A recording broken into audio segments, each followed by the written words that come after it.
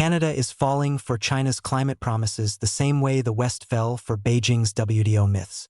Commentary: Ottawa is once again easing closer to Beijing, this time under the banner of climate policy.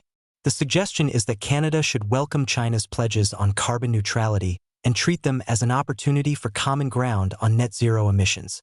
On the surface, it looks pragmatic. In practice, it is naive.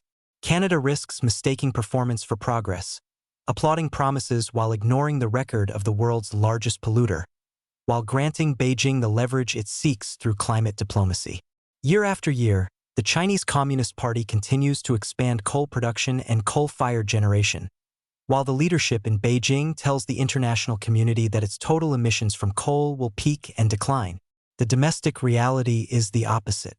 Coal remains rooted in China's energy system, heavily subsidized and politically protected. Renewable energy projects are sometimes used as propaganda, but in practice, these projects are layered on top of coal. However, they do not replace it. In Chinese provinces, renewable output is offset by coal to ensure that coal plants meet production targets. What Beijing attempts to call a transition is more accurately described as growth in overall capacity, designed to keep industry running and ensure political stability. This contradiction is no accident. Climate diplomacy provides Beijing with legitimacy and leverage.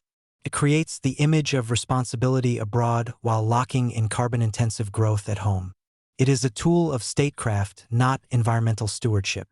Pledges made in global forums are meant to buy time, attract investment, and secure access to Western technology. They are not binding commitments, but bargaining chips. We have seen this playbook before. China's entry into the World Trade Organization was sold as a milestone that would set the country on a path toward reform. Western capitals convinced themselves that trade would soften the regime and push it toward political openness. The opposite happened. WTO membership gave the CCP the tools to drive its state model, dump subsidized goods into global markets, and avoid scrutiny. Instead of adapting to international rules, Beijing skewed the system while tightening control at home. The strategic costs of that miscalculation are clear today. WTO privileges helped hollow out manufacturing in allied nations, deepen dependency on Chinese supply chains, and hand Beijing the leverage it now wields against Canada's closest partners.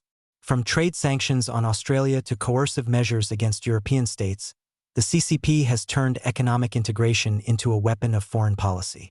The same pattern inspires its climate diplomacy and promises designed to buy legitimacy abroad while establishing an advantage at home. Canada should not fall for the same ruse twice. Canada should recognize that this approach fits a more strategic pattern. The CCP has a historical trend of manipulating statistics to project success.